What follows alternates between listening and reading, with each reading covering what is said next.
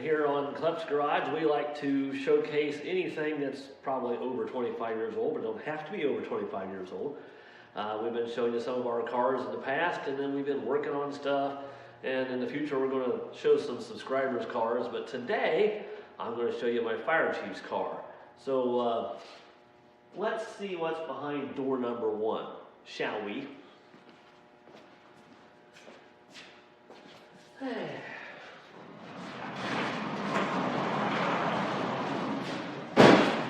Yeah. So, this might be a 1913 Model T Ford, otherwise affectionately known as the fire chief's car. You'll see why here in a second. So we're going to pull this out and run it up down the road here and see what happens with it.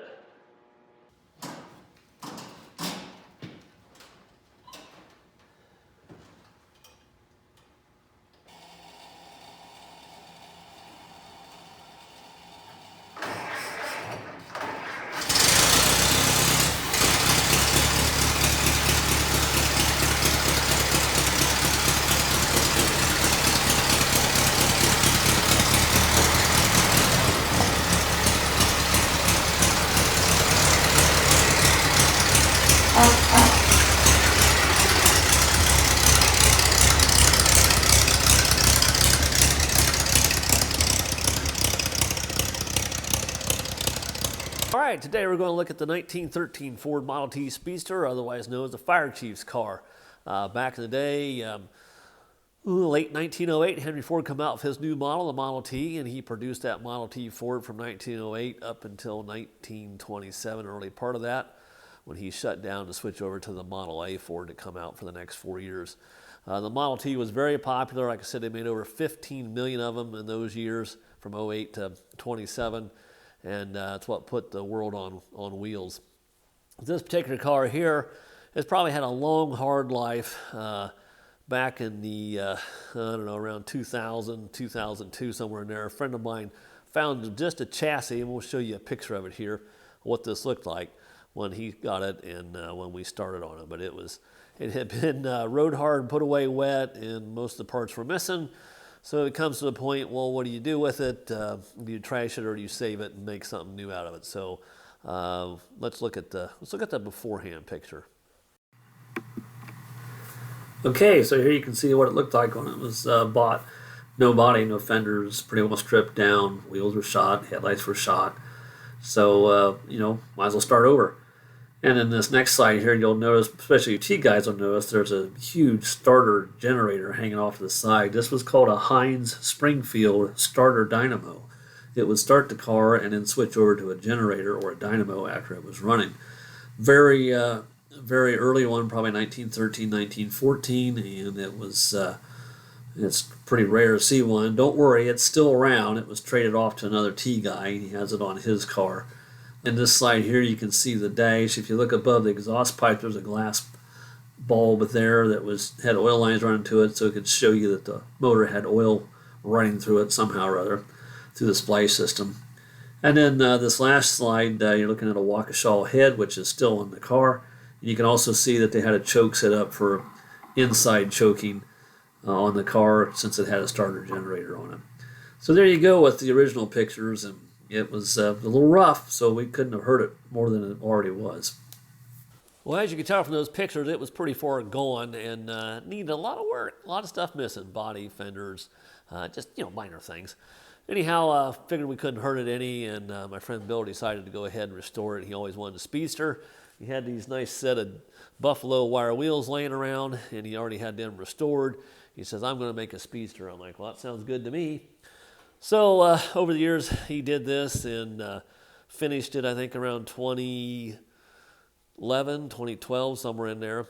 Anyhow, sadly, he passed in 2013, and his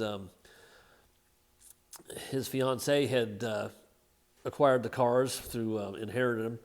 And about 6 months later, she called me up and she said, hey, what do you think I should do with these cars? I said, well, they're your cars. You do what you want with them. I said, I wouldn't be in a hurry of selling them. Anyhow, she says, well, I've got somebody here at the my kitchen table, and they want to buy them. I said, oh, well, okay. I said, what do they offer you for them? So she told me, and I said, man, it was a low ball offer, and I mean a low ball offer. So I said, well, I'd give you more than that. So she said, oh, what do you give me? So I give her a price of what they should have been worth, and figuring the other guy would come up and offer her more, and then, she'd get her money out of him. Well, no, he wouldn't come up past his offer. So I really put my foot in my mouth twice, because I bought this car and another car off of her because I said what I would give her. So anyhow, it worked out. I guess it was meant for me to have them. But anyhow, that's the story on this, and how it got to be a fire chief's car, basically, because it's red. Red's not my favorite color. However, I do like fire trucks, so I had this hand crank siren laying around. It's been laying around my dad's garage for years and years and years. I thought, finally got something I can put that on. So this is now the fire chief's car. Let's go around and take a closer look at it, and I'll point out some of the things that's different from the stock Model T that's been added to this one. And overall, just a nice running, driving car. Just one of the ones I like to play with. And let's see, I'm driving it today. So today, this is my favorite car. Because everybody always asks me, what's your favorite car? And I always say, it's whatever I'm driving. So today, this is my favorite car.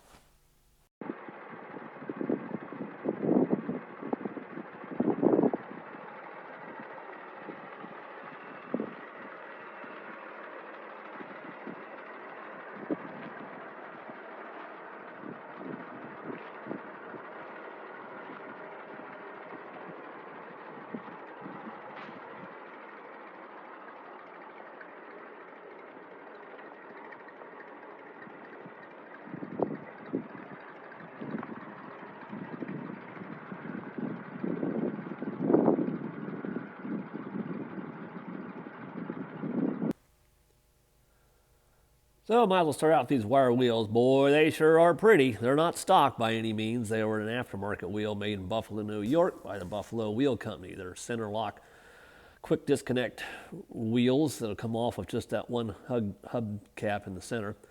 And also they have a lock ring that holds the tire on.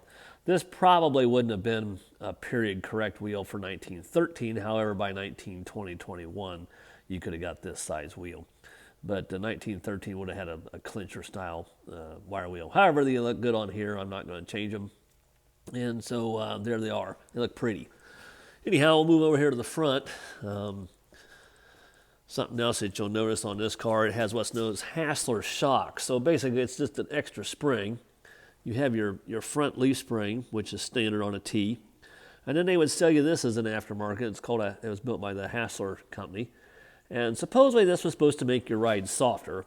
There's really no shock absorbing to this at all. There's nothing to damper the shock. However, it gives you a little extra bounce to the mile, I guess.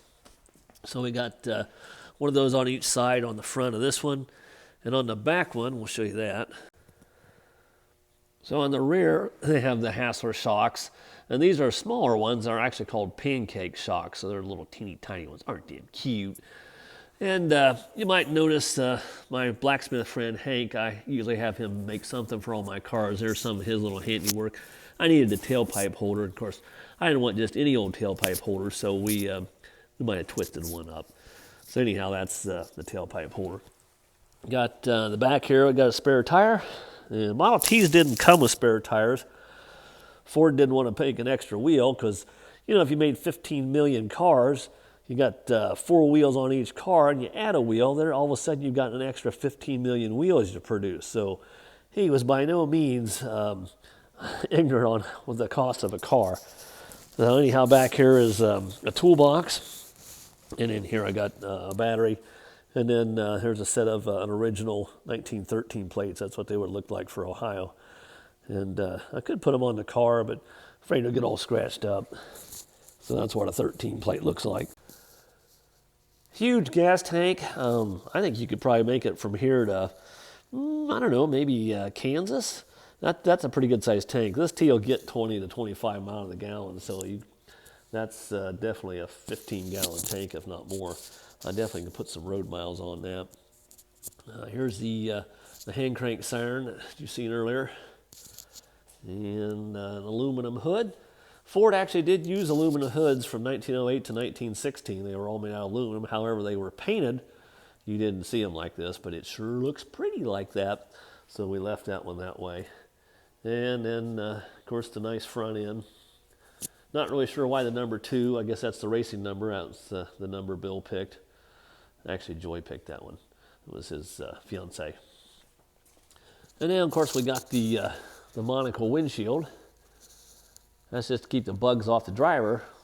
Don't want to take the passenger along, I guess. So this is an interesting piece for those of you who are not familiar with how the headlights work on these old cars. This is called a carbide generator. So basically what this does is it makes acetylene gas. How do you ask does it do that? Well, I'm glad you asked. You take this top part off, and there's a trough down here, and you put carbide in there. And don't ask me where you get that at, because I have no idea right now. But anyhow, you put carbide in there. Then you take this little thing here off, and you fill this top half with water. And when you open this up, it drips water on the carbide, which makes acetylene gas. That gas comes out through that tube and makes its way up here to the tube that goes into the headlight. And in the headlight, there's a acetylene burner in there. So what you do is you open these headlights up, you turn on the acetylene, and you light these things, and that's how you had headlights back in the day. They worked okay, but it's just like having a torch running, so if you happen to touch this while it's on, you'll burn the living crap out of your hands. So not too many people use them nowadays. They're not real dangerous, but our carbide's hard to get, and really no point in using them when we got LED lights nowadays. So this would be your only storage in this car, is just under the seat here that tips forward, and back here in the toolbox. So I guess if you want to go on a trip, you just take off in this thing and see how fast you can get there, and then have your friends follow you in a closed car that can haul your luggage, because they're going to have to follow behind you and haul luggage. Going to have to pack light on this one. Well, it's a lovely day in December. It's 40 degrees out, the wind is blowing. Great day to take a drive in an open car. Don't you think so? I think it's a good idea, because drive them if you got them. It doesn't really matter what the weather is, if you're a little brave.